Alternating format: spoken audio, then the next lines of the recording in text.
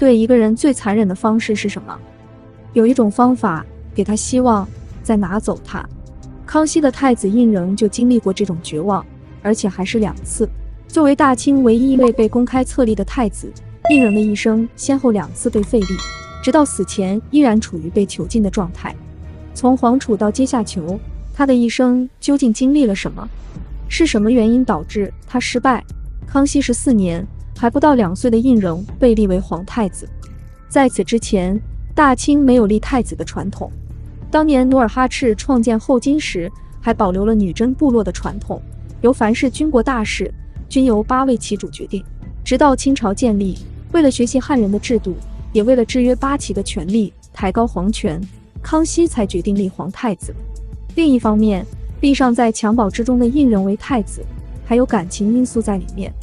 胤禛的母亲赫舍里氏因生胤禛难产而死。赫舍里氏12岁嫁给康熙，康熙对她感情很深，爱屋及乌。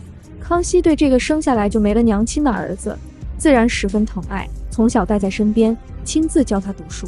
胤禛6岁以后，康熙帝挑选当时的名儒，如张英、李光地等人担任太子老师。胤禛年岁稍长后，康熙帝南巡北狩都带着他传授治国之道。在康熙帝的精心培育下，太子胤禛进步很快，不仅通晓满汉文字，还精于骑射，很得皇帝喜爱。康熙帝3次亲征噶尔丹时，先后有10多个月不在京城，京师事务皆由22岁的胤禛坐镇处理。他也凭借这次机会证明了自己的能力。这个时候，皇帝和太子之间的关系是融洽的。然而不知不觉，其他皇子逐渐长大。康熙37年，康熙册封已成年的6位皇子为郡王或贝勒，并让他们参与政务。这意味着处理政务不再是皇太子的专利。当太子陪着皇帝外出活动时，其他皇子就在京师值班，处理一应政务。在这个过程中，诸皇子不可避免地在暗中培植自己的势力，与太子之间的矛盾由此出现。此时的胤禛已在太子的位置上待了20多年。一方面，眼见康熙身体健康，超长待机，自己接班遥遥无期；另一方面，其他人对他的太子之位虎视眈眈，于是胤禛失去了往日的淡定。人一慌张，就容易暴露自己的弱点。太子的2次被废，首先是性格上的原因。俗话说惯子如杀子，康熙对胤禛很宠爱，甚至有些不讲原则。比如康熙本人崇尚节俭，宫里的器用饮食都不太讲究，但对皇太子胤禛却有求必应。太子寝殿布置的比皇帝寝宫还要华丽，让太子奶妈的丈夫担任内务府总管，便于太子随时向内务府索要银子。胤禛就这样被康熙养成了问题儿童，又长大变成了问题青年。他性格骄横，行事乖张，除了阿谀奉承的小人，和任何人都相处不来。1690年7月，康熙帝出塞途中生病，并太子与皇三子前来医馆迎接。胤禛到行宫给康熙帝请安，看到父亲脸色不好，竟然没有一点忧戚之意，也没有半句问候和良言宽慰，这立即让康熙寒了心，也成为胤禛被废的起点。18年后，康熙帝再次出塞，恰逢随驾的皇十八子胤介生病，皇帝对这个小儿子非常疼爱，特别着急。众大臣也纷纷劝慰他要保重龙体，独独太子胤禛对此无动于衷。当康熙帝批评他不友爱兄弟时，太子反而发了脾气。在康熙眼中，太子在仁和孝方面的得分基本为0。从小在溺爱中长大的太子，不会去在意别人的想法，只会事事以自我为中心。我们似乎也感觉到了，这位太子的情商的确不高。比如他公开跟人发牢骚说，古今天下岂有40年太子乎？不过他要是知道现在的英王查尔斯当了70年王储，恐怕就不会这么不满了吧。40年太子的话传到康熙帝耳中，立即引起皇帝天然的警惕。胤禛恐怕也想不到，自己一句无心之言，竟然成了自己被废的导火索。康熙47年9月，正当康熙为18子胤介的病情焦虑不安时，胤禛不知为何，深夜里越过重重守卫，来到康熙帝居住的帐篷，扒开帷帐向内窥视。这件事给了皇帝严重刺激。尽管胤禛后来一再辩称自己绝无弑君之意，但康熙并不相信。随着18子的病亡，心情糟糕到极点的康熙来不及回到京城，就迫不及待地召见诸王及大臣等，宣布废除皇太子，所列罪名也比较严重，诸如肆恶虐众、暴力淫乱等。尤其是对太子叶探请杖一事，康熙帝更是心有余悸。康熙帝甚至将当年赫舍里氏的难产而死也归罪到太子头上，说其生而克母，为不孝不仁之人，子不教，父之过。但康熙帝显然不会认为太子这些毛病是自己骄纵溺爱导致的。另一方面，胤禛的一废再废也与他在朝堂上缺少支持有关。当时的朝堂之上，只有索额图一派支持胤禛。索额图之所以支持太子，有2方面因素，其一是亲情因素。胤禛的母亲赫舍里氏是4位辅政大臣之一索尼的孙女，索额图的侄女。索额图有这层血亲关系加持，自然坚定地站在太子一边。其二是家族考量。赫舍里、索额图所在的巴克氏家族虽然地位显赫，但家族成员多为文臣，在朝中影响力比不上靠军功上位的其他8旗贵胄。索额图虽然位极人臣，但依然没资格承袭其父索尼的公爵。如果将来胤禛上位，他可凭借拥戴新君之功，弄个世代承袭的爵位应该不是问题。所以，出于对自己家族利益的长远考虑，他自然选择与太子深度捆绑。胤禛因为性格的问题，与其他朝臣的关系基本可以用糟糕来形容。当时的朝臣主要分2派，一派为索额图，另一派为明珠。明珠拥护的是大皇子胤禔，而失去了几乎一半朝臣支持的胤禛，在其他王爷、贝勒和大臣那边也不讨好。大阿哥胤支曾在康熙帝面前打太子的小报告，说他暴力不仁，经常随意殴打诸王、贝勒、大臣以及下层士兵。胤禛第一次被废后也承认，以上情况均属实。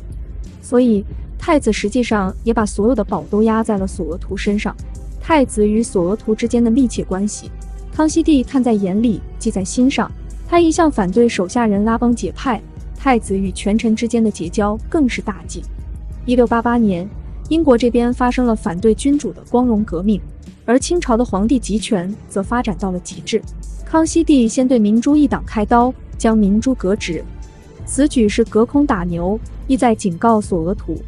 但索额图反将此视作自己一派的胜利，不但不收敛，反而更加嚣张，私下里提议将太子的衣服器物换成黄色，一切一致都与皇帝相同。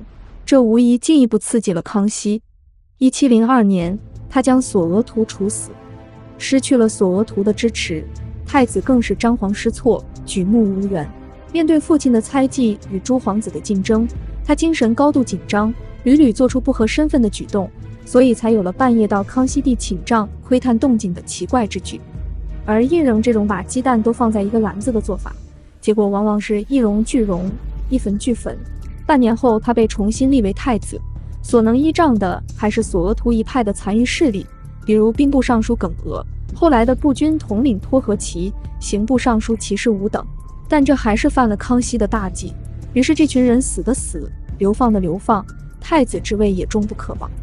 1712年9月，康熙再次宣布，他对胤禛在太子试用期内的成绩很不满意，决定永不录用，甚至以后再有大臣奏请立胤禛的，必斩无赦。胤禛不能上位，固然与为他说话的重量级人物少有关，但不是关键原因。因为当时在朝堂之上人缘极好的八皇子胤祀，不仅没被立为太子，甚至遭到康熙刻意打压。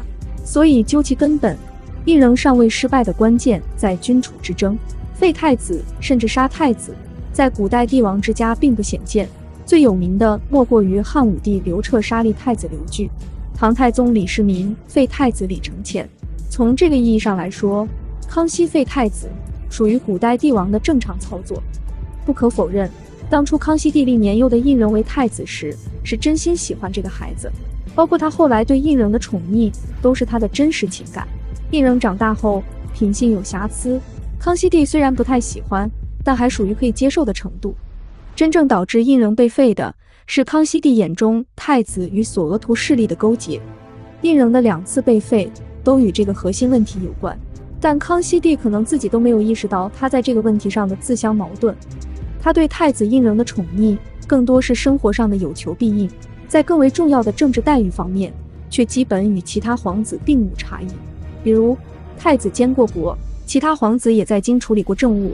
大阿哥印提曾在西征准噶尔的作战中担任副统帅，八阿哥印寺署理过内务府总管，其他皇子也都或多或少地参与了军国大事。